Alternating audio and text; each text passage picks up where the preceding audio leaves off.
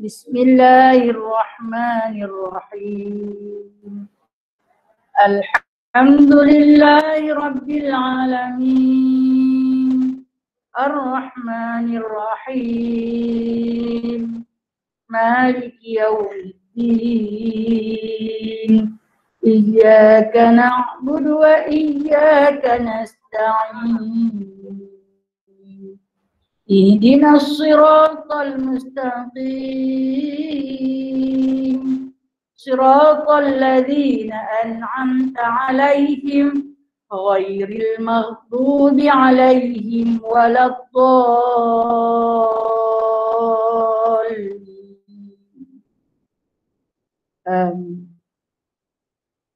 Allahumma sholli sholatan kamilatan wa sallim salaman tamman ala sayyidina Muhammadin alladhi tanhallu bihil uqadu wa tanfariju bihil kurabu wa tuqda bihil hawaiju wa tunalu bihil raibu wa husnul khawatimi wa yustasqal qamamu biwajhil karim wa ala alihi wa sahbihi fi kulli lamhatin wa nafasin bi'adadi kulli ma'lumin lak birahmatika ya arhamar rahimin. Bismillahirrahmanirrahim. Rabbi shrah li sadri wa yassir li amri wahlul 'uqdatam min lisani yafqahu qawli. Allahumma shalli ala sayyidina Muhammad wa ala ali sayyidina Muhammad. Rabbi yassir wa la tu'assir, Rabbi tamim bi khair ya karim. Subhanaka la ilma lana illa ma 'allamtana innaka antal alimul hakim. Innaka antas sami'ul alim. Innaka antat tawwabur rahim. Amma ba'du fa ya ibadallah. Alhamdulillah, summa alhamdulillah, summa alhamdulillah. Berbanyak-banyak kita rafakkan setinggi-tinggi puja, setinggi-tinggi puji dan kesyukuran kepada Allah Ta'ala, Allah Azza wa Jalla, Allah Jalla Jalalah atas kurniaan Allah kepada kita. Kita masih lagi diberi nikmat kehidupan, bernafas dengan lancarnya, berjalan dengan lajunya, tidur dengan lenanya, makan dengan lalunya. Alhamdulillah, pendengaran pun makin clear, ada mata pun makin kelabu. Alhamdulillah, alhamdulillah, alhamdulillah. Banyak sangat nikmat Allah untuk kita syukuri, hingga tak terhitung betapa banyaknya. Jadi sebelum kita mulakan kuliah pada pagi ini, saya nak isytiharkan tentang kutipan wakaf katil dulu. Nak contoh tentang wakaf katil baru ni, dalam masa sehari je nak kutip waktu subuh, waktu asar dah boleh beli katil. Siap kau untuk boleh duduk atas katil dah, insyaAllah. Ni tangan-tangan ajaib ni, tangan ukhwah muslimah ni, tangan ajaib saya kata. Pada waktu subuh kami buat keputusan, lepas subuh, bukan sebelum, lepas subuh kami buat keputusan untuk kutipan wakaf. Tengok-tengok asar, dia hantar gambar kat saya, pesakit tu dah duduk atas katil dah. Masya Allah, hebat. Jazakumullah khairan kathira.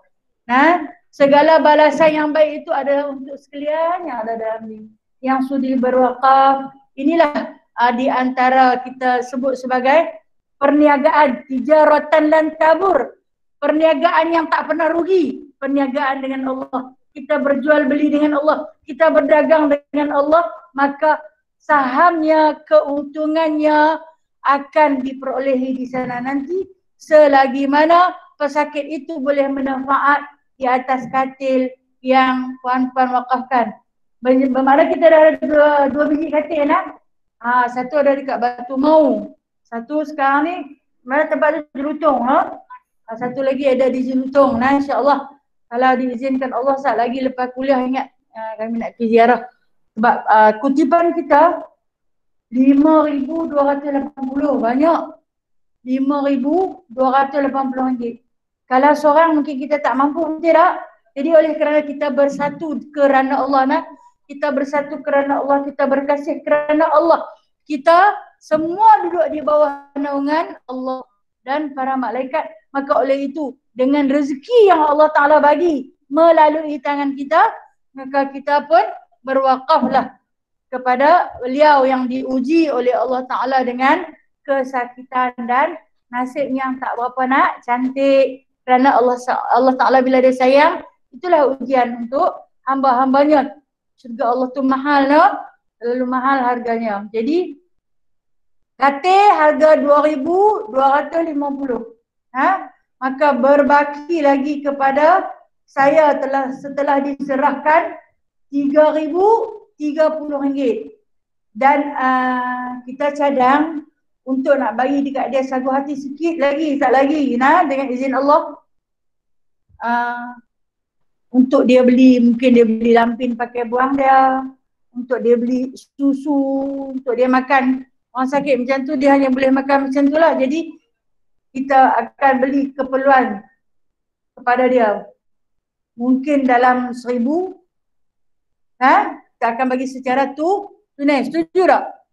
Okey, kalau kata contoh, ni saya nak je berbincang sebab duit ni bukan duit saya, duit perempuan semua.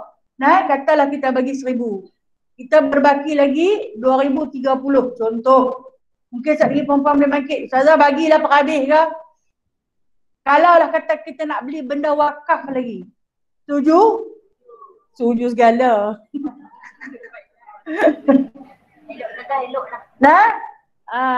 Mungkin ada cadangan kita nak beli apa-apa lagi. Sekarang ni kita ada sebiji wheelchair, 2 biji katil.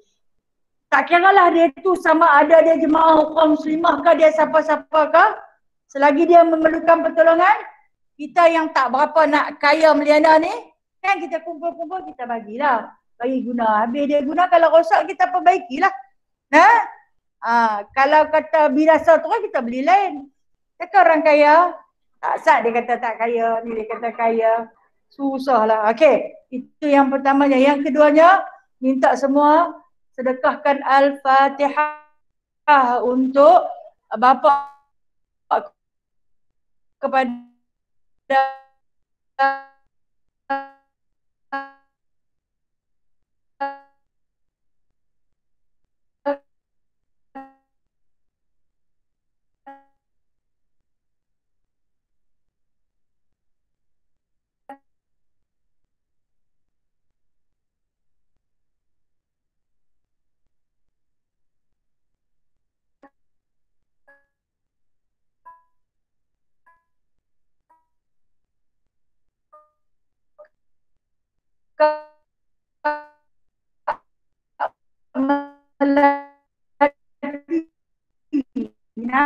Kat Melati dia pun lama tak main dengan sebab dia jaga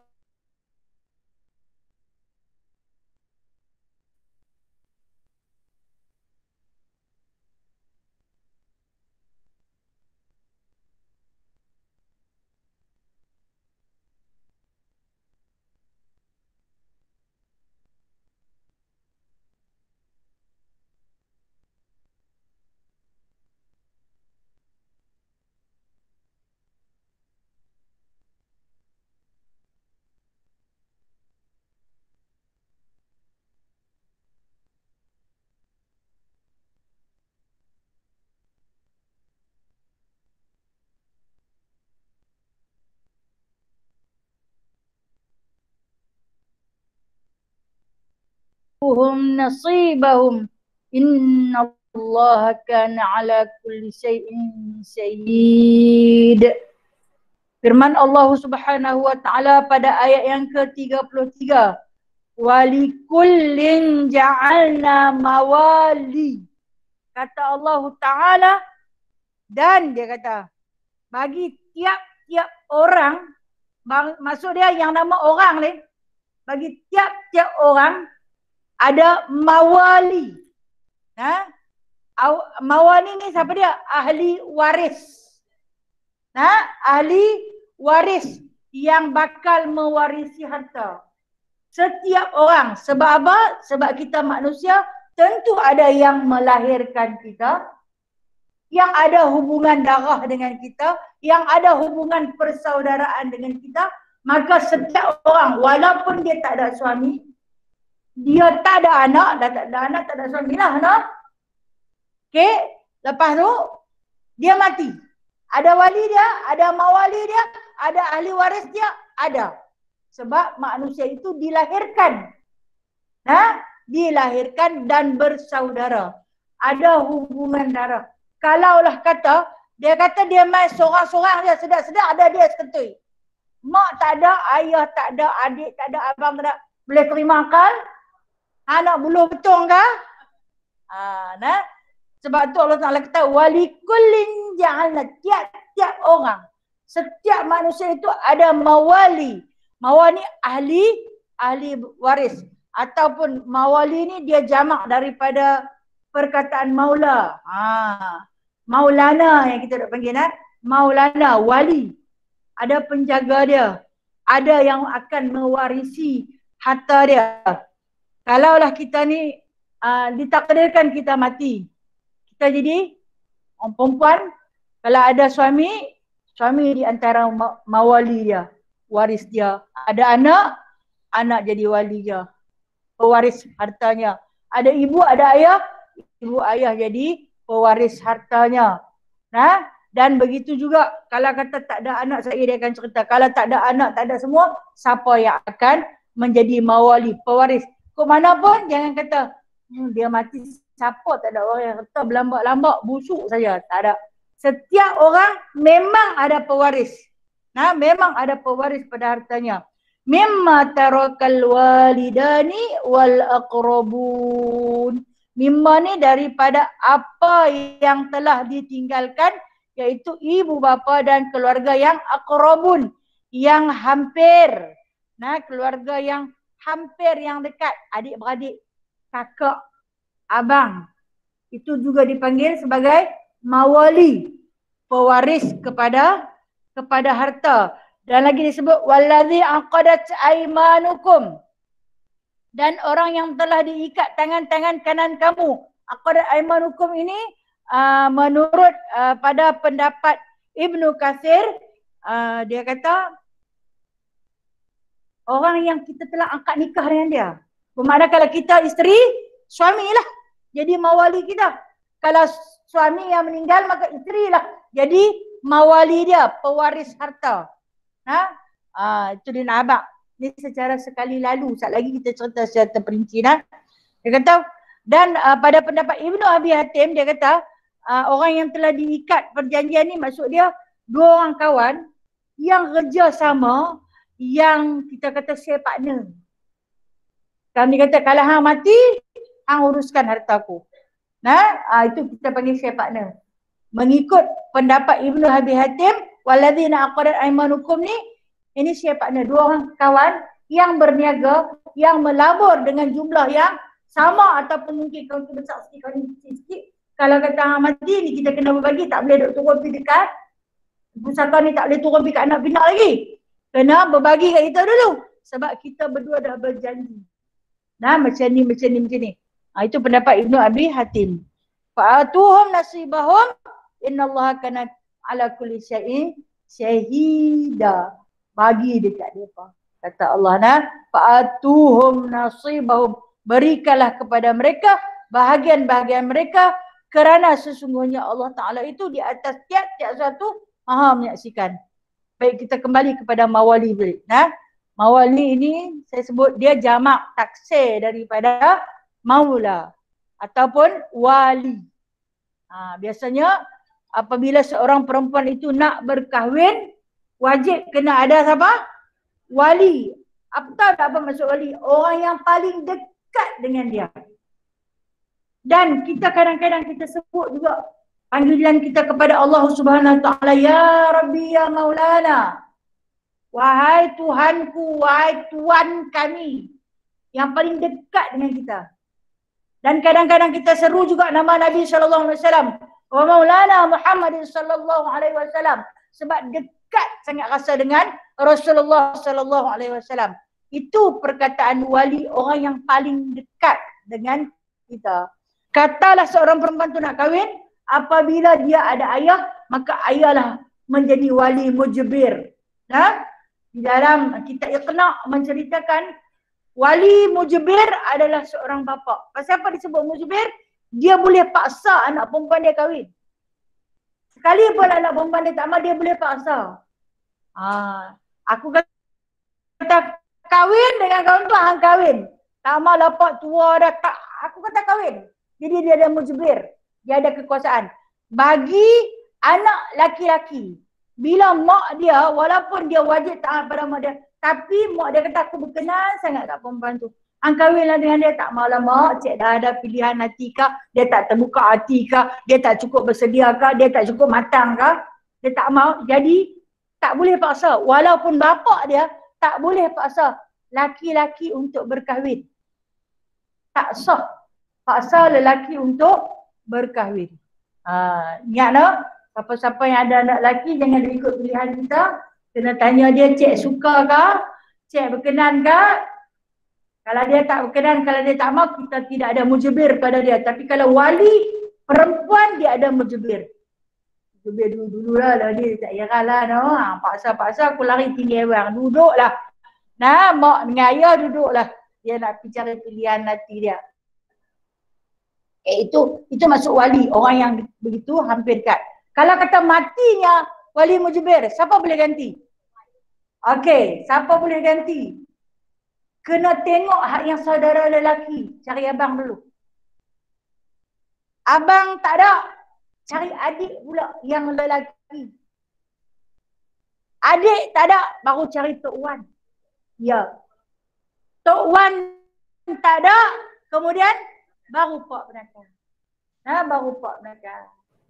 Itu dia nak cerita tentang wali. Begitulah juga seandainya ditakdirkan mati. Ni ayat ni nak cerita kita ni ada wali. Kita ada pewaris. Ada pewaris. Katalah kita ni mati. Mimma tarakal walidan, benda yang ditinggalkan oleh walidan ni dua ibu bapa. Saya bagi contoh. Kita lah. Sebab kita ni semua bakal jenazah kan. Okey. Katalah kita mati. Masih ada ayah, masih ada mak, masih ada anak lelaki dan perempuan, masih ada suami. Dia pun inilah yang Allah Ta'ala maksudkan dengan mawali. Pewaris harta. Mau tak mau kena bagi. Contohnya pembahagian harta. Katalah kalau kata bagi kita, suami kita yang mati. Jangan doa bagi dia mati, contoh. Okey, suami kita mati. Apabila dia mati, dia ada mak ayah lagi. Okey, kita isteri. Jaga dia sakit berpuluh tahun. Takdirnya Allah Ta'ala matikan dia. Mati-mati adalah harta-harta. Ismet ulam raja, factory dalam negara, luar negara. Pada pembahagian harta ni. Okey. Mak ayah dapat 1/6. Banyak Kalau ada anak lelaki dapat 1/2. Setengah daripada harta tu. Pakai anak lelaki. Kalau kata ada anak perempuan dapat 2/3 kalau seorang. Kalau anak perempuan 2, 3, 4, 5, share pula dia baru. Isteri tak dapat banyak anak. 1/8. Itu sikit. Isteri dapat lagi sikit daripada anak perempuan. Mana boleh ini tak adil? Aku susah payah bela dia, basuh berak, bagi makan, salin lampin semua. Lala dapat 1/8. Awak sikit sangat. Sebab ada anak lelaki, ada anak perempuan, ada mak, ada ayah. Mak ayah dia pula dapat lebih. Islam itu indah, saya kata. Keindahan Islam itu mengutamakan kedua ibu bapa. Isteri ni pinjam saja. Kan? Kita yang jadi isteri ni pinjam saja. Ingat, Allah Ta'ala bagi pinjam kat kita suami tu. Kita pun suami kita pinjam kat Allah. Pinjam saja kita dapat, dia dah lahir mes ketui dah. Dah besar dah. Baru 2-3 bulan hang duk basuh berak dia, ungkit mak dia punya belah dia. Mengandung dah 9 bulan tu pun hang tak boleh nak balas jasa. Sebab tu saya kata Islam itu indah, mengutamakan kedua ibu bapa dulu. Dan anak laki-laki. Kenapa diutamakan lelaki? Sebab lelaki yang nak jadi wali. Lelaki wajib menanggung keluarga. Lelaki ini menjadi kepala keluarga, ketua keluarga. Badan, kalaulah kata kaki lumpuh, boleh ikhtiar lagi untuk terus hidup. Tangan lumpuh, ikhtiar lagi boleh hidup. Tapi kalau kepala tak ada, boleh ikhtiar untuk hidup. Sian itu beranak tanpa kepala. Boleh ikhtiar lagi untuk hidup? Tak ada. Takkan hidup. Tak ada lagi dalam sejarah orang tak ada kepala boleh hidup. Bila potong kepala habis. Jadi lelaki itu dianggap sebagai kepala keluarga. Maka dengan sebab itu, Islam memandang berat kepada laki-laki pada pembahagian harta, lelaki dapat lebih. Kerana dia wajib tanggung ahli keluarga. Termasuklah kalau kata adik dia tu adik lelaki mati. Tinggal ipar perempuan lah. Ipar perempuan lah dah adik lelaki mati. Kan kahwin lelaki sama lelaki kan. Tinggal ke ipar ataupun adik ipar. Ada pula anak kawan tu jadi anak yatim. Maka si lelaki ni wajib belah. Kena belah. Yang tu bekas adik ipar. Bekas pun hang jadi wali dekat anak dia kalau anak dia nak kahwin. Boleh jadi wali. Jadi wajib si adik ipar laki-laki ataupun abang ipar dia wajib belah balu yang ditinggalkan oleh abang dia tadi. Dan anak-anak tu wajib belah. Maka dengan sebab itu lelaki dapat harta lebih. Sebab harta dia nak kena belah ramai. Mak ayah dia wajib belah. Itu kata Islam itu memandang cukup jauh kepada tanggungjawab seorang anak lelaki. Maka dengan sebab itu harta diberikan lebih kepada anak lelaki. Kita yang jadi perempuan ni, kita kembali pada ayat minggu lepas kita kata, janganlah doktor syok jadi lelaki. Dah lah tak buat apa. Suruh mai tengok mak sakit pun tak mau main. Dan mai bagi harta dia dapat lebih. Kan? Dia mai lu busuk perut. Iri hati. Kalau jadi lelaki, kalau taklah kata bersyukurlah jadi apa pun. Han tak jadi kambing. Tu pun siapa sahabat Rasulullah pernah minta nak jadi kambing? Sayyidina Abah. Sayyidina Umar Al-Khattab pernah minta jadi kambing kan? Dia kata senang. Melih terus habis. Abu Bakar minta nak jadi daun, dia minta jadi kambing. Alhamdulillah kita dapat jugalah sekadar keperluan. Okey. Apabila segala faraid itu dibangkang. Boleh tak faraid itu dibangkang? Boleh. Tetapi jangan kata tidak adil. Jangan kata tak adil. Bila kita persoalkan tentang keadilan faraid, bermakna kita mempersoalkan hukum Allah. Cerita dia dalam Al-Quran. Bila cerita dalam Al-Quran ini, hukum dia hukum qat'i. Kita tak boleh mengatakan dia tidak adil. Kecuali kita boleh minta ihsan atau hibah kepada saudara-saudara lelaki. Contoh dia, adik perempuan yang duk belah mak ni, dia tak ada rumah. Dia duduk dengan mak dia, jadi dia belah mak dia, dia duduk di rumah mak dia. Habis mak tu mati, mai si abang ni kata, lah ni kami nak jual rumah ni. Hang dipersilakan keluar. Di mana dia kata dia tak ada rumah, dia tak ada rumah yang ni lah ada. Boleh tak rumah ni bagi dekat dia sebab mak ni cakap dengan mulut. Siapa bela aku, dia duduk rumah ni. Ni kita kata apa dia? Wasiat bulan bintang ni. Kata abang hak sulung, aku tak dengar pun mak kata. Aku tak dengar mak kata. Jadi tak sah. Maka kata nombor 2, nombor 3. Dalam ramai-ramai tu seorang dengar. Seorang dengar, kalau perempuan kena 2 orang dengar. Kalau lelaki seorang dengar pun jadilah. Dia kata aku dengar mak kata. Siapa yang belum mak boleh duduk rumah ni. Jadi adik perempuan ni kalau nak ikut pembagi harta dia tak boleh nak duduk seketul rumah tu.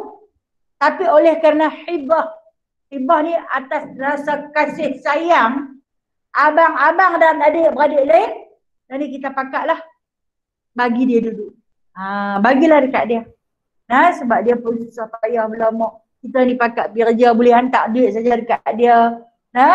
Jadi dengan kerana itu, kerana perasaan hibah dan kasih sayang itu, bagi dekat dia. Bukan mempertikaikan faraid, tak sah. Sebaliknya diberi atas rasa kasih sayang. Jadi sah tak? Sah. Pusaka itu dibahagikan dengan secara sah. Jadi bukan kita bangkang bab faraid, kita tak bangkang. Cuma minta belas ihsan daripada adik-beradik lain, boleh tak bagi?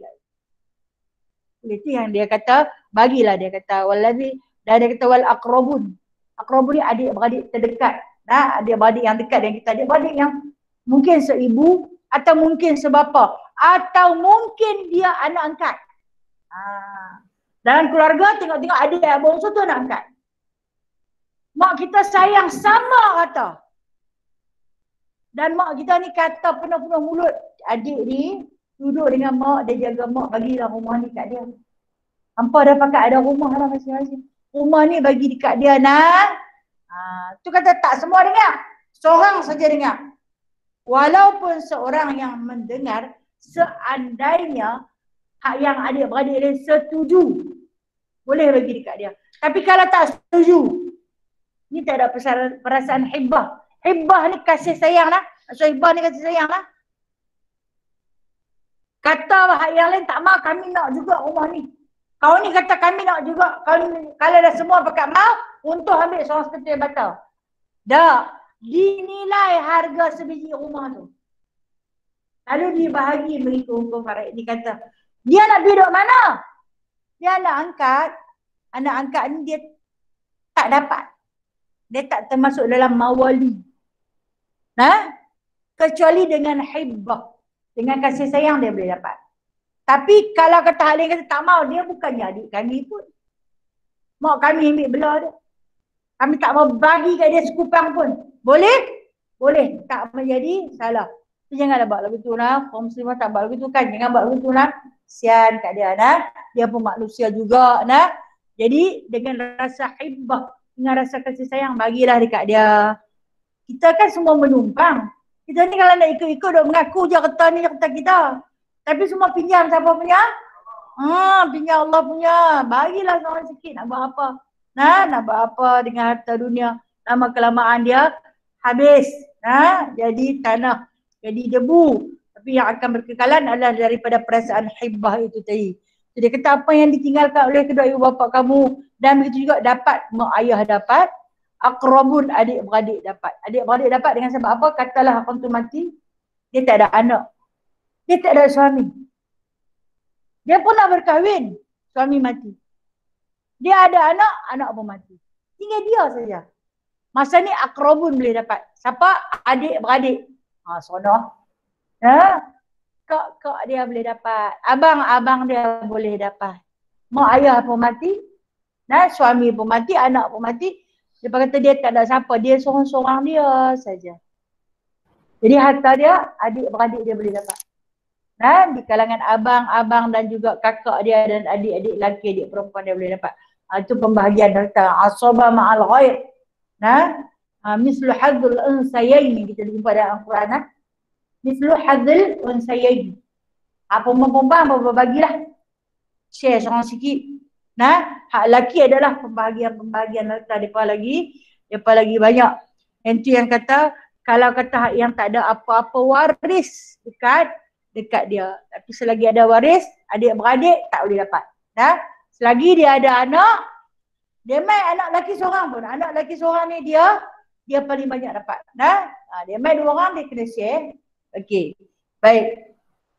Kata Allah Ta'ala, walladzina aqadat aimanukum, dan orang-orang yang telah diikat oleh tangan-tangan kanan kamu. Itu saya bermakna harfin biharfin. Orang yang diikat tangan-tangan kanan kamu, maksud dia telah pun berakad telah pun berangkat nikah. Pasangan kita lah. Dia berhak dah terima kalau dia masih pasangan. Tapi kalau dia bercerai, dia mengharap kami besok kahwin dulu, ni saya nak minta tuntut harta, tak ada Cik Nah, habis. Yang masih ada ikatan yang boleh mendapat harta. Jadi kalau selagi ada ikatan, maka boleh. Tapi kalaulah saya bagi contoh, seorang isteri ada suami, tapi suami tinggal dalam istilah pepatah Melayu kata apa? Gantung tak tata duk tergantung. Tali tak ada. Duk tergantung jadi awangan. Tali tak ada. Okey. Katalah dengar isteri tu mati. Isteri tu pula ada harta. Dandanlah dia tang mana-mana duduk penjuru dunia tu. Balik mai, dia masih isteri saya. Baru nak mengaku isteri. Selama ni hang tak peduli pun dekat dia. Mai ketika ini, maka kalau dia ada anak lelaki tu jadi mujbir. Bapak ni nama saja bapak kucing pun bagus sekali-sekala mai tengok juga mak. Kan, main musim kawan dia mai. Ni bapak ni sampai tak main langsung. Pi hilang uyup terus. Nak kahwin pun dia nak pergi cari wali, nak nikah. Anak nak nikah pun susah. Ada yang sampai kena bayar duit tambang. Dia minta duit minyak, aku nak pergi sini aku jom. Hang nak bagi kahwin anak hang kot. Ada yang minta duit minyak kena bagi kat dia. Tidak, kalau tidak tak usah kahwin. Anak tu punyalah nak kahwin bagi duit minyak. Dia kata naik kereta sakit pinggang, duit kapal terbang. Bagi kat dia duit kapal terbang. Dia nak kahwin lepas kahwin, pang bagi. Abang kat dia ambil balik lah. Wali ni kalau kata dia mai, dia nak tuntut. Sebenarnya bapak tak cerai pun abang. 25 tahun dah aku tinggal dia. Bermakna atas ikatan. Okey? Dia boleh menjadi wali. Adakah dia layak menerima harta? Waktu ni anak dia boleh bangkang. Anak dia boleh tolak dia. Sebab apa? Sebab dia tidak bertanggungjawab di atas nafkah ibu dan juga ahli keluarga yang lain. Ketika ni dia boleh menolak. Si anak boleh menolak. Dia bukan bangkang faraid. Ni yang nak contoh. Tapi kalau dia masih suami yang bertanggungjawab, maka dia layak menerima harta. Okey, saya bagi satu contoh. Rumah atas nama isteri. Suami duduk di rumah atas nama isteri. Mati isteri. Suami boleh tak lagi dalam rumah tu? Boleh dengan izin anak. Dia boleh duduk. Ni ayah nak tumpang duduk ni rumah mak hang. Ayah dulu susah. Mak hang dulu kerja bagus. Ayah dulu susah. Kerja, pagi makan pagi, petang makan malam. Lepas tu, mak hang ni dia harta banyak, tok hang tinggal dia ada rumah. Jadi lah ni ayah ni tumpang rumah mak. Boleh dah nak duduk atas izin wali yang ke bawah. Boleh dia duduk. Okey, sampailah satu masa si ayah yang tumpang duduk di rumah mak tu nak kahwin lain. Yang salah nak? Bukan nak mengata dekat bapa mana-mana dah. Nah abang, orang lelaki ni sebenarnya dia sunyi kalau duduk seorang. Dia nak teman kan? Dia nak teman. Ada hak dia bagi tahu kat anak bapak ni nak apa ni tua-tua gatal dia nak kahwin. Jangan marah. Bagi kat dia teman. Bagi kalau dia nak kahwin. Okey. Bila dia bagi tahu dekat si anak kata dia nak kahwin, ni anda berlakulah saya alhamdulillah lah tak ada ayah nak kalau nak kahwin tak ada anak. Okey. Kalau dia bagi tahu dekat kita kata dia nak kahwin, bagi dia kahwin. Habis tu ayah tak ada rumah macam mana? Nak main duduk dengan hampa lah. Kami tak mau. Kami tak mahu ngomong sendiri. Takkan tak ada hibah kot kan? Takkan tak ada ihsan. Tapi boleh ketika ini anak kata kami bagi ayah kahwin kalau ayah nak kahwin. Tapi ayah tak boleh duduk rumah ni lah. Dia ada hak datang rumah tu, dia tak ada. Walaupun dalam pembahagian harta ada dah bagilah. Dia punya bahagian. Nah, rumah tu rumah mak dia apa? Kalau dia tak bagi, tak ada duduk lah. Dia jangan duduk berkuasa lah sebab rumah tu wajib difaraikan. Wajib difaraikan. Ayah tak boleh duduk. Pasal apa? Kena ayah duduk. Duduk dengan isteri baru. Isteri baru tu kata tu rumah dia.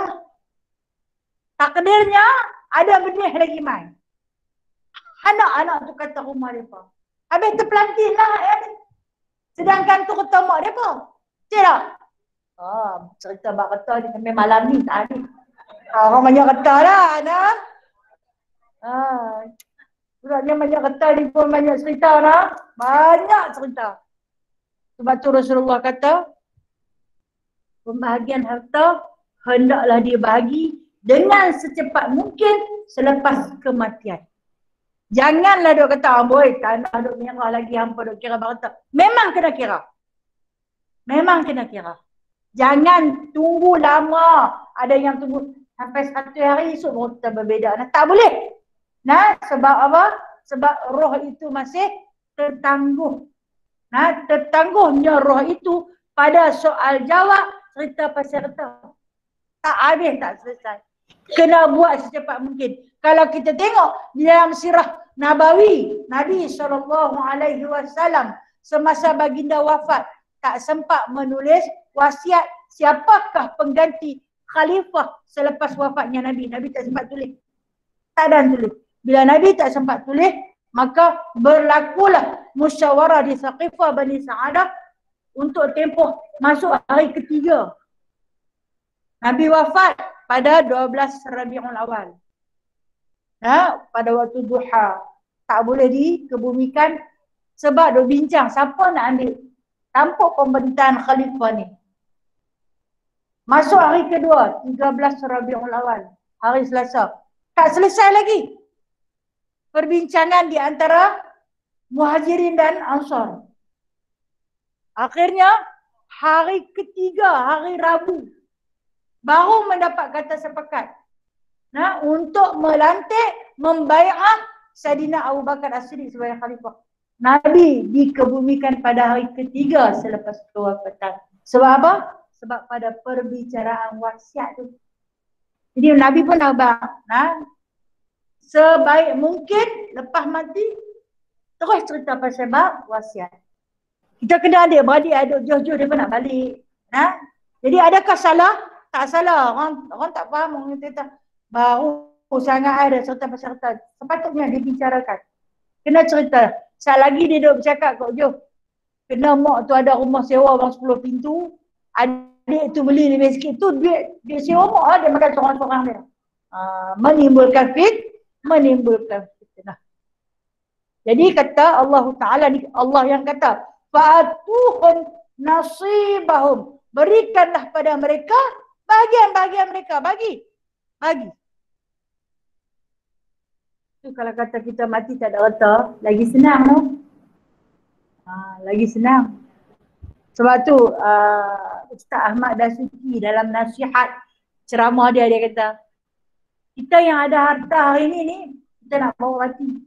Kita nak bawa mati harta yang ada hari ni. Macam mana cara kita nak bawa mati harta yang ada hari ni? Dengan kita wakafkan, kita sedekahkan, kita belanjakan di jalan Allah. Kita tukarkan dia menjadi mata wang akhirat. Tapi apabila kita tanya, nantilah yang ni nombor 1 punya, ni nombor 2 punya, ni nombor 3 punya, ni kalau ada sampai 8, bagi sampai ke 8. Hilang nak tukar mata wang nantilah esok ni habis ni ada belen-belen, kita wakaf. Tengok-tengok tak ada nak belen, mati. Mai kat anak tu dia berbagi, kena anak yang tak ingat pada ibu bapa dia, tak ada lah yang dikirim ke sana. Jadi kita mati tak bawa apa. Harta yang kita cari susah payah sampai tidur pun tak cukup. Ada yang tidur kau jalan, tidur naik dua atas balik nak. Mangkit terlampau awal, kan nak hambak bas lagi bas tinggal. Naik atas bas tu lena. Sampai ke Kelang. Sampai-sampai dia cerah, tak peduli nak sembahyang subuh kan nak apa.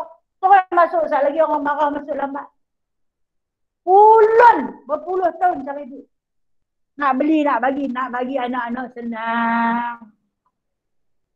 Kalau mereka ingat, kalau mereka tak ingat, kita nak senang di sana tu. Tak ada apa. Kerja berpuluh-puluh tahun usaha untuk sekadar sampai di dunia saja. Rupanya tak ada yang kita bawa untuk ke akhirat.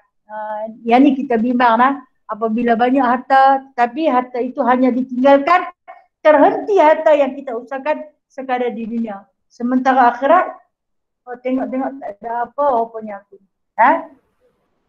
Selagi hidup, okey, selagi hidup dah, tulis wasiat dah. Saya tahu, kaum muslimah dalam ni orang-orang kaya ni, tulis wasiat, walaupun sikit, tulis. Dapat kertas kosong pun tak apa, tapi ada kertas hal maklum lah, carilah buku diary kan, letak dekat anak ni buku diary mak dalam ni. Hari-hari mak tulis.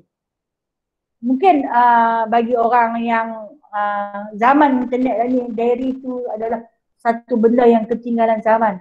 Percaya tak, saya sampai hari ni saya menulis. Saya tulis sebab saya nanti beritahu dekat anak saya, buka ni. Buka dalam ni, hampa nanti tahu semua cerita aku. Tang mana harta-harta aku luar negara. Semua hampa nanti tahu. Kelang-kelang factory segala harta ismet orang raja. Semua hampa nanti tahu. Cuma ambil dan tunai saja. Itu kita wasiat secara tidak rasmi. Kalau yang ada banyak harta tu, eloklah berwasiat. Entahlah, kita dah tulis wasiat dah. Rupanya tak mati. Tak mati. Rasa kadang pula kat anak tu, aku dalam wasiat aku pun dia paling banyak. Meradang, pi balik, saya nak ubah. Boleh ubah? Boleh. Hari tu bagi kat dia tu banyak kita orang bagi dia tu. Angai tak elok sangat. Tak mau. Boleh. Wasiat boleh diubah. Dia punya harta. Dia suka dia nak ubah. Kan? Pasal tu kena jaga hati dia baik-baik. Tapi kalau dia marah, tak dapat sekupang pun. Okey. InsyaAllah Ta'ala kata, punya pembohong bagi. Habuan ni apa lagi? Innallaha kana ala kulli syai'in syahida. Siapa saksinya? Allah. Allah sebagai saksi. Saksi mujibir lah. Di samping tu kita bila kita tulis wasiat, ada saksi kan? Yang akan tanda tangan. Kalau perempuan kena datangkan 2 saksi. Kalau lelaki memadai dengan seorang saja. Kalau katalah kita tak ada orang lelaki yang kita nak ambil jadi saksi, maka kita boleh ambil 2 orang perempuan. Kawan yang siqah. Maksud kawan siqah ni kawan yang boleh kita percayai. Amal saat tolong jadi saksi di atas wasiat yang aku tulis. Kita pun tanda tangan. Dia pun 2 saksi tu turun tanda tangan. Maka sah wasiat tu. Saya kata, dah tulis-tulis tunggu tak mati, meradang kat kawan tu, nak pergi ubah? Boleh ubah. Boleh ditukarkan. Ini maksud ayat yang ke-33. Ayat pendek. Sebenarnya, dia punya pencerahan lagi banyak. Lagi panjang. Kan kita ni, dalam pembahagian harta, kena pula mak tu kahwin 2, bapak pun kahwin 2. Ada adik-beradik, ukhtuli'ab, akhuli'um, akhu syaqiqah. Kalau dia main 3 ni, ukhtuli'ab, akhuli'um, ukhtu syaqiqah. Saya dulu kalau belajar bab fara'i, ya Allah, rasa macam nak lari duduk bawah meja, susah.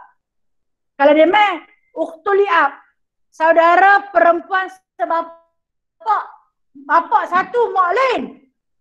Mai pula akhuli'um, saudara lelaki seibu, bapak lain. Yang ni salah satu mak kami, tapi bapak lain-lain. Kemudian dia mai pula ukhtu syaqiqah. Ini saudara perempuan seibu sebapak. Pun kena berbagi lagu cakap tu pula. Akhuli'um, ukhtu syaqiqah, akhu syaqiqah. Susah lah. Jadi tak saya cerita lah waktu pikiran ku. Siapa yang ada harta, bukti pejabat agama, mereka ada mawali yang lebih mujibir. Pembahagian harta mengikut hukum faraid. Bobi tengok-tengok. Saya rasa saya nak bangkang lah. Saya nak bangkang. Ini kata wali yang tua. Dia nak bangkang lah. Maksud nak bangkang macam mana? Kami kesian lah dekat adik-beradik. Kami semua baik-baik. Kami nak berbagi sama harta boleh tak? Atas persetujuan semua, berbahagilah sama harta. Itu dipanggil hibbah. Atas rasa kasih sayang. Yang ni bagus. Abang ni paling bagus. Ha? Apalah aku tak kisahlah. Kita kata tak apalah bagi kat abang tu lebih, dia pergi ke laut saja. Nah. Dia tak salah apa yang berlemak lebih. Tadi kita bagi sama kata cantik, konok. Okey. Boleh tak sambung sikit lagi? Ayat ni panjang sikit. Ar-rijalu qawwamuna 'ala nisa. Ya, berulang-ulang kali kalau kata para asatizah kita akan sebut ar-rijalu qawwamuna 'ala nisa. Laki-laki itu adalah qawwamun, ketua kaum perempuan. Laki-laki ni pasal tu dalam pembahagian faraid lelaki dapat lebih. Pasal apa? Depa qawwamun, ketua kaum. Laki-laki dia akan menjadi kepala. Dia akan jadi ketua bagi pada kaum perempuan bima faddalallahu ba'dahum ala ba'din. Lantaran itu dia kata Allah lebihkan sebahagian daripada mereka itu akan sebahagian yang lain. Allah Ta'ala akan bagi harta lebih kepada lelaki daripada perempuan kerana lelaki itu akan jadi ketua. Tadi saya cerita pasal mereka nak bela anak isteri. Mereka kena bela adik perempuan mereka. Mereka kena bela adik ipar mereka, perempuan yang kematian suami. Mereka kena bela anak penakan mereka yang jadi yatim dengan sebab kematian adik atau abang mereka. Sebab tu ar-rijalu qawamun 'ala nisa. Besar tanggungjawab dia. Tapi dia buat tak tahu. Adik dia, adik perempuan dia. Kematian suami, pulang balik kepada dia. Dia kena bela. Tengok-tengok adik perempuan dia sendiri tu, ada pula anak. Dia wajib bela anak. Tak boleh isteri dia tak bagi.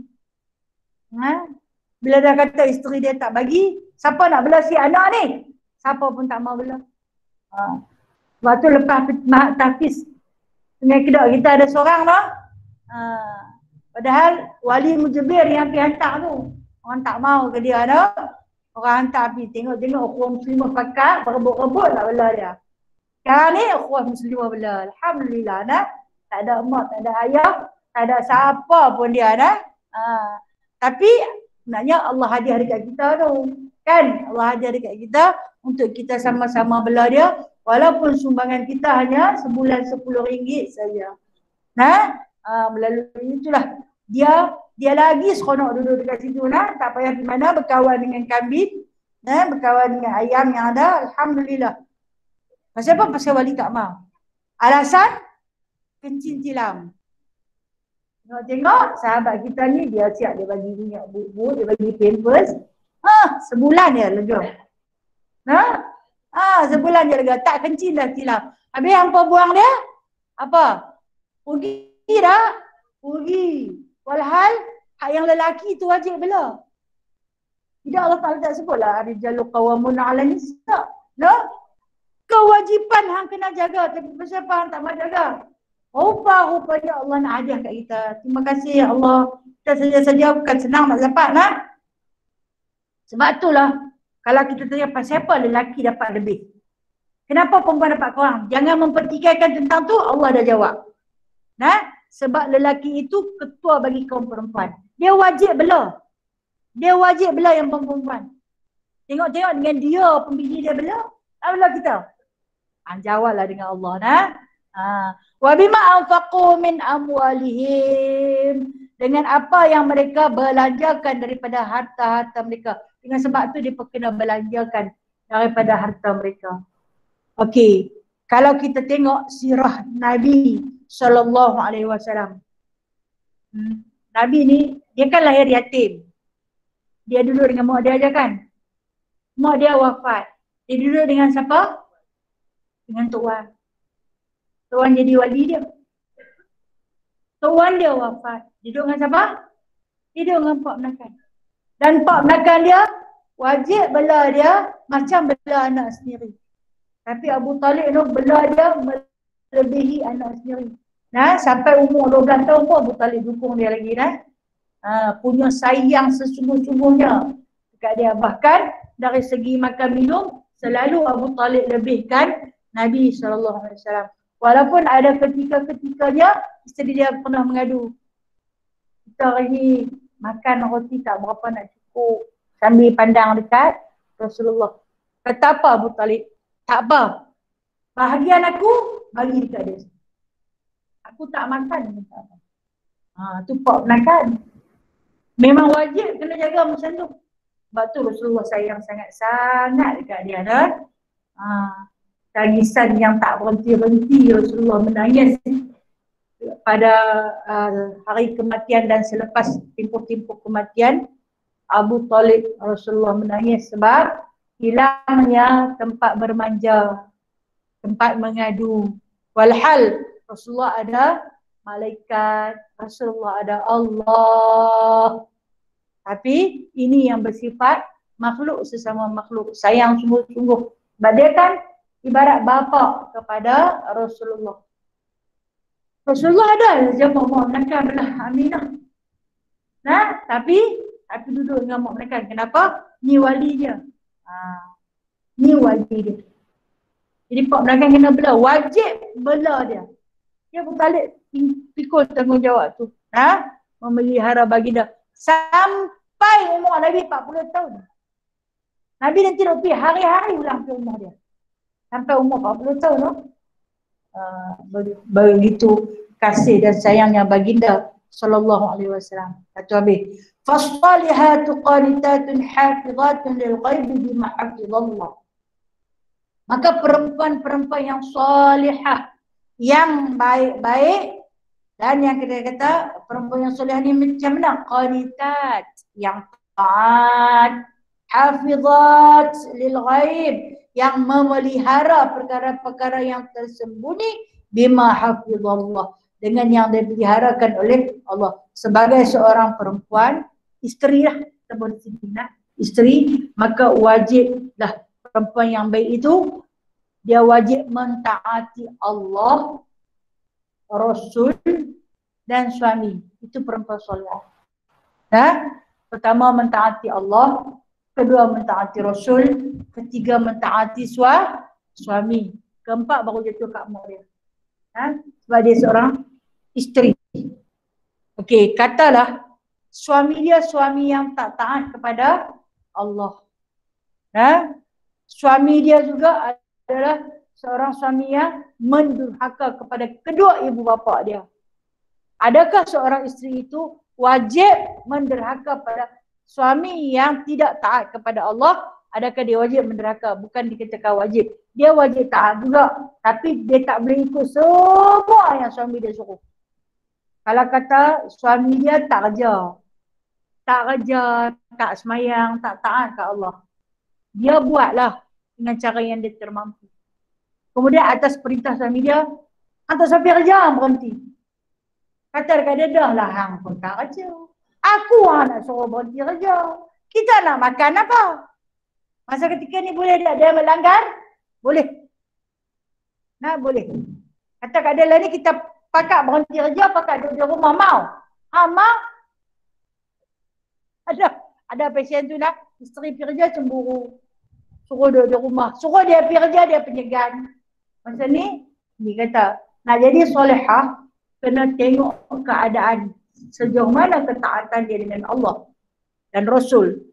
Kedua ibu bapa dia jaga tak? Mak bapa dia pun dia tak peduli, adik dia pun dia tak peduli, dia kira dia saja yang betul. Tapi yang Allah Ta'ala sebut di sini, seorang perempuan yang soleh, yang taat, yang memelihara lil ghaib, memelihara harta ketika suami dia tak ada di rumah. Itu perempuan yang solehah, bima hafizallah, dan memelihara apa juga yang ada padanya. Yang Allah Ta'ala suruh peliharakan apa yang ada padanya. Apa dia yang ada pada kita yang Allah Ta'ala suruh pelihara? Semua dalam ni perempuan kan? Apa yang ada pada kita yang Allah suruh kita pelihara? Apa dia? Maruh. Maruh. Maruh tu apa? Malu.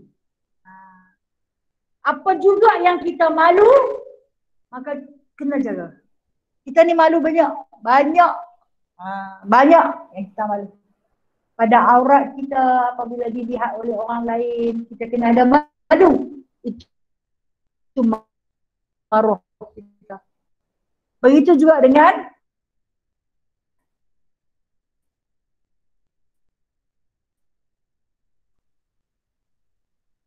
harta suami kita. Walaupun ditinggal, basikal buruk duduk sandang tinggal, angka tak ada. Haram. Nanti saya tunggu dia balik. Tunggu saya dia balik. Tidak pun main Hindu. Botol yang dia besi buruk. Ambil lah, angkat lah menyemak saja di rumah. Ni saya punya suami lah. Naik pun tak apa, apa pun tak apa. Tak boleh. Tanya dia dulu. Mahafizat. Ini kita jaga, no? Okey, lagi satu. Kawan-kawan main rumah kita, dia tak ada dia kerja. Kita ni punggah apa yang ada bagi makan. Semua dia yang beli. Dia tanpa izinnya, haram. Abang dekat dia, hari ni ada kawan-kawan nak main nak makan. Bagilah makan apa yang ada mau hang. Halal. Halal. Tu barang-barang dia. Halal. Bagi. Apa juga yang kita nak bagi, hak dia beli, dia punya, minta izin. Kalau kita punya tak apalah, hang punya suka. Jadi minta izin. Yang kita jaga barang dia. Ketika mana dia tak ada. Banyak cerita nak. Tu yang orang perempuan ni lepas-lepas kematian suami, orang mai pula meminang nak bagi kahwin kali kedua. Aku tak mau lah. Dia macam serik kepala, no? Wallati takhafuna nushuzahunna fa'idhuhunna wahjuruhunna fil madaji'. Dan yang mana lagi dia kata? Dan perempuan-perempuan yang kamu takut kederhakaannya itu, hendaklah kamu nasihati mereka dan hendaklah kamu tinggalkan mereka di tempat tidur dan hendaklah kamu wadribuhunna, pukul mereka itu. Yang ini diajak suami. Allah Ta'ala ajak suami. Sikit lagi masa saya ambil lah. Saya tak boleh berhenti tengah jalan ni lah. Halal lah. Halal lah. Okey. Dia kata perempuan yang ketegar ni, yang tak mau dengar cakap, yang kata suami keluar pintu depan, dia keluar ke pintu belakang. Dia tak pandai jaga kehormatan diri dia. Dia tak mau tutup aurat. Suami ni bagi nasihat, tutup aurat, semayang, jaga maruah diri. Dia tak mau. Perempuan macam ni perempuan tak soleh. Tak baik punya perempuan. Kalau macam tu, kata Allah Subhanahu Wa Taala, kamu takut kederhakaannya berlarutan. Kalau tak tegur, tak boleh. Maka kata Allah Subhanahu Wa Taala, fa'idhuhunna. Bagi nasihat dulu kat dia. Tegur dia. Tegur dia. Abang kata tak boleh macam ni lah. Macam ni tak boleh berdosa. Cerita dekat dia. Baik, dia tak mau dengar juga. Wahjuruhunna. Ini yang kedua kata Allah. Wahjuruhunna fil madaji'. Tak usah tidur dah sekali dengan dia. Kita cakap dia melawan, tegur sepatah dia lawan 10. Katalah kita ni balik-balik orang abang. Orang kata, sering hari ni dia di rumah, dia suka bergaduh dengan orang. Kita pun masuk rumah, keli pula dengan dia tu. Keli. Aku tak suka dekat dia. Aku lagu tu, lagu dia ni. Kita bagi nasihat. Dia melawan, lawan. Meneruskan sikap kederhakaan dia. Maka tindakan yang kedua, lepas bagi nasihat, tindakan yang kedua kata Allah Subhanahu Wa Taala, wahjuruhunna fil madaji'. Asin tempat tidur. Malam ni jangan tidur dengan dia. Malam esok jangan tidur dengan dia. Sampai dia main. Perempuan yang solehah, kalau suami asin tempat tidur dengan dia, dia tak boleh tidur lah.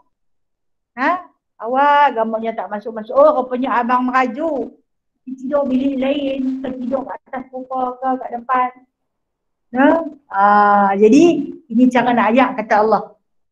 Dah puasin tempat tidur pun tak mau dengar juga punya pasal lah. Tak tidur dengan aku lagi senang, satu katil tu aku punya. Ya, tegak ni no. Tegak ni. Saya ingat ustaz saya kata ni nama Fatimah binti Besi. Dah lah Timah. Besi pula. Besi Timah. Kan? Bukan maksud kepada nama orang dah. Fatimah binti Besi ni. Besi ni. Okay. Kata Allah. Wadribuhunna. Pukul. Oh, rupanya boleh pukul orang perempuan. Takut lah. Takut lah. Janganlah buat jahat. Kalau kita baik orang tak pukul. Kalau kita dah baik-baik nak main pukul je tentu lah. Nak biar sangat kan. Kan semua ada silat-silat lincah, silat gayung. Gayung ni. Wadribuhunna. Boleh pukul. Tapi ada ada garis panduan yang Islam letakkan dengan seindah-indah peraturan, pukul jangan kuat-kuat, jangan pada bahagian pusat ke atas, pukul pada bahagian betih dia. Nah, betih pula kena dia pakai jubah 2-3 lapis tu, duk kenakan jubah tu saja. Nah, fa in ata'nakum fala tabaru alaihinna sabila. Tapi dia kata, tetapi jika mereka taat kepada kamu, maka janganlah kamu cari-cari jalan buat menyusahkan mereka. Dan dia taat, dia baik, hantuk selalu cari jalan, nak cari salah dia. Dia punya taat, dia punya baik, dia punya layan juga. Tapi hang nak buat perangai juga, nak cari jalan lain. Itu hang cari penyakit lah. Dan dia korbankan segala-galanya. Dia tinggal mak ayah dia main duduk dengan, dia sanggup harungi kehidupan susah payah dengan, dia lahirkan anak-anak dengan penuh ketaatan. Dia cari rezeki sama dengan untuk bantu, tapi hang buat perangai juga dekat dia, hang menyusahkan juga dia. Innallaha kana aliyan kabira, kerana sesungguhnya Allah itu maha tinggi lagi maha besar. Jangan lupa ketinggian Allah Ta'ala di dalam memerhatikan setiap gerak-gerik kamu. Kebesaran Allah Ta'ala di dalam hukum setiap kamu apabila kamu melakukan sesuatu perkara yang di luar batasan. Baik, wallahu a'lam, insyaAllah kita akan sambung pada minggu hadapan ayat yang ke-35 ni, cerita bab rumah tangga lah.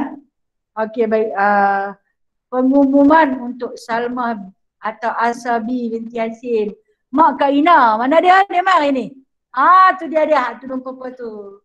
Sana hilwah ya Jamil. Hari ni hari ulang tahun yang ke berapa? 70? Subhanallah, Isra Allah bagi. Umur dah 72. Masih sihat, masih boleh bertimpuk lagi di situ. Alhamdulillah. Ni kita kata umur subsidi yang Allah Ta'ala bagi. Doa daripada kami semua, semoga Allah Ta'ala panjangkan umur di dalam berkebajikan, murahkan rezeki yang halal, disihatkan tubuh badan, hidup dan mati dalam keadaan iman dan taqwa, insya-Allah Ta'ala. Amin. Okay, ada soalan? Maaf ni saya terlebih masa sikit. Sebab tadi mula lambat. Dia kena kifarat ya.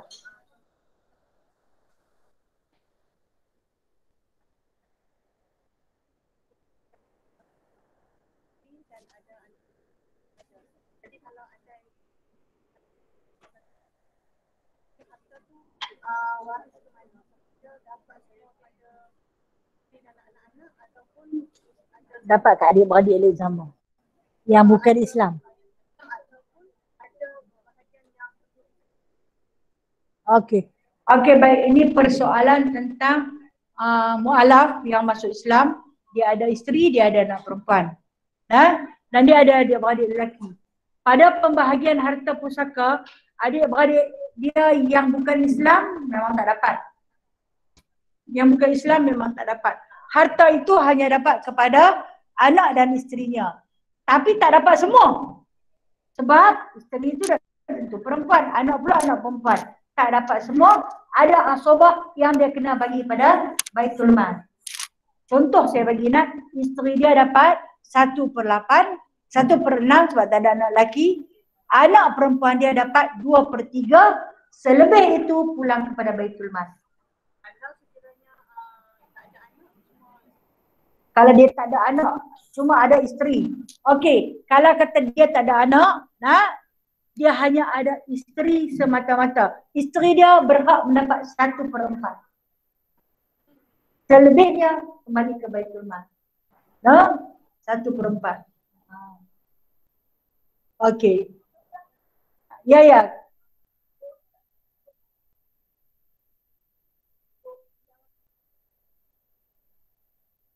Wakaf ke hibah? Okey.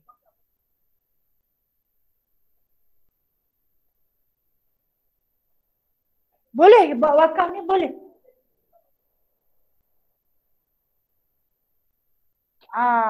Untuk harta wakaf kita tak maklum pun tak apa.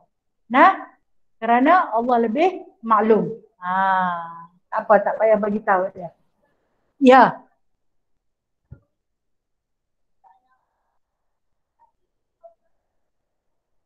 Okey, baik.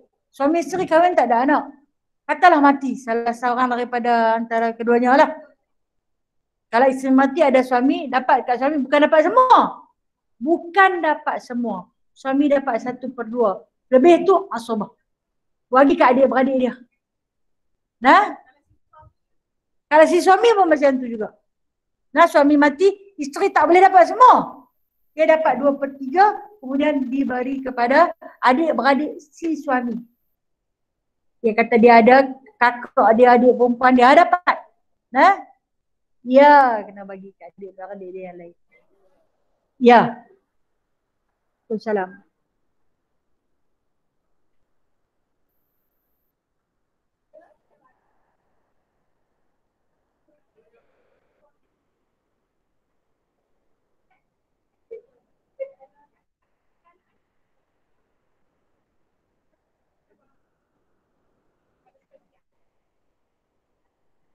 Okey, yang kita cakap tu dengan sebab mungkin kita nak bagi tahu dekat anak-anak. Nah, nak beritahu kat anak-anak kata kalau mau tak ada sini wakaf benda ni kat sekian-sekian. Jadi boleh. Yang macam soalan kat semua tanya ni, perlukah kita bagi tahu kata kita nak wakaf dekat dia? Yang ni masalah dia. Kak Ana bagi tahu dekat anak-anak kan yang ni nak wakaf kat sekian-sekian. Itu boleh. Hai yang kat semua ni kalau nak bagi tahu pun boleh. Kalau kita tak mau bagi tahu pun boleh. Nah, terpulang pada kita. Kalau kita tak maklum, Allah Taala lebih maklum. Ha? Ya.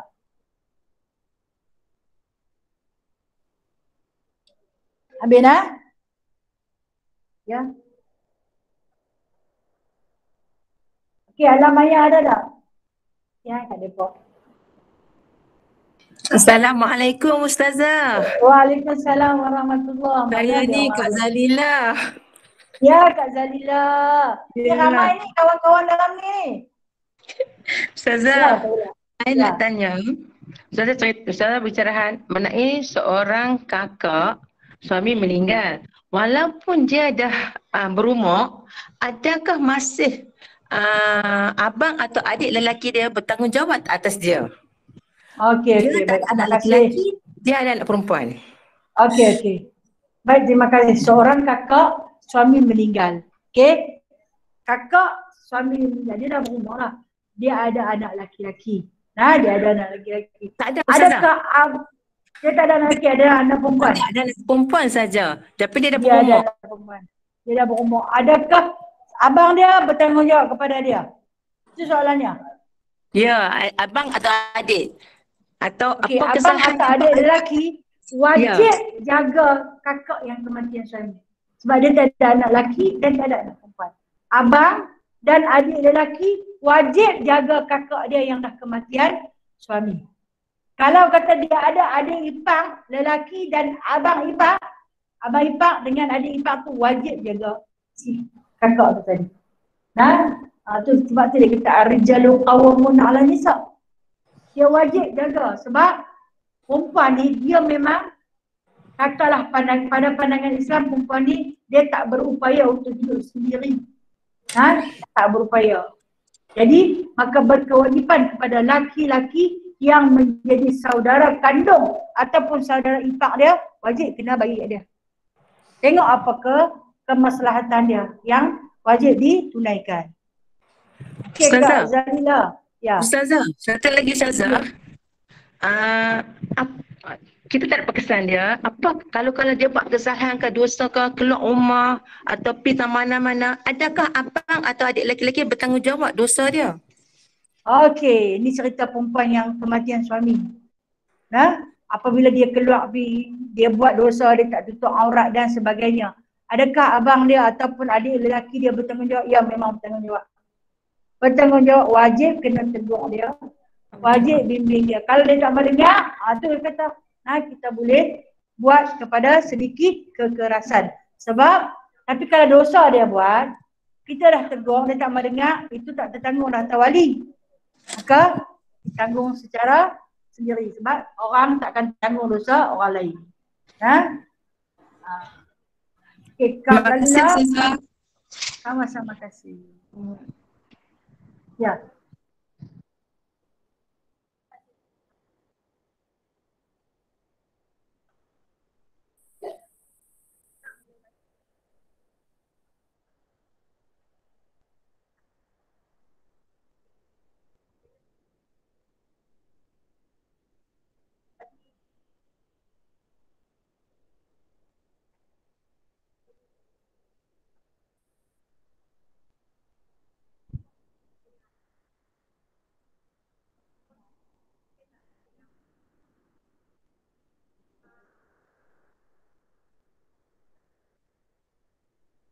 Tak salah.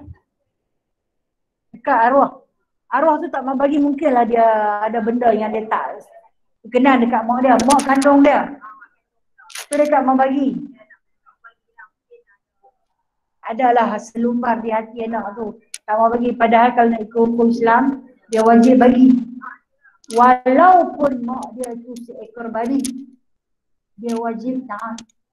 Nah, walaupun perempuan itu pelacur atau bekas pelacur, seorang anak wajib taat. Nah, pada ibu pada. Dalam masalah ni dia tak mau bagi. Jadi waris nak bagi boleh tak? Bila dia dah mati, waris yang tinggal nak bagi boleh. Walaupun nama mak tu tak ada dalam wasiat. Jadi waris boleh bagi walaupun dia tak izinkan. Walaupun dia tak wasiat. Boleh bagi. Nah. Ya, satu lagi.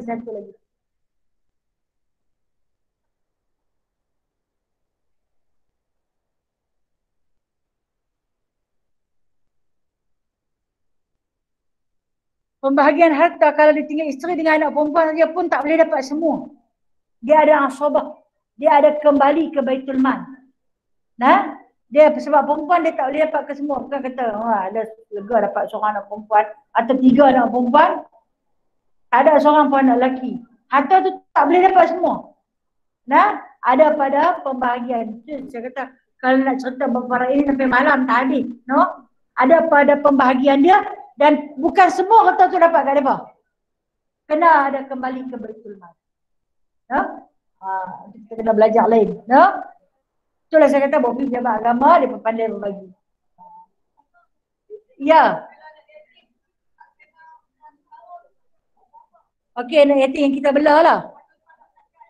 Okey. Sampai umur berapa habis yatim? Yatim ni dia habis apabila balik.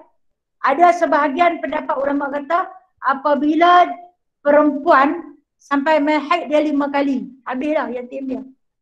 Kalau lelaki sampai umur 15 tahun, dah habis dah, tak dipanggil yatim.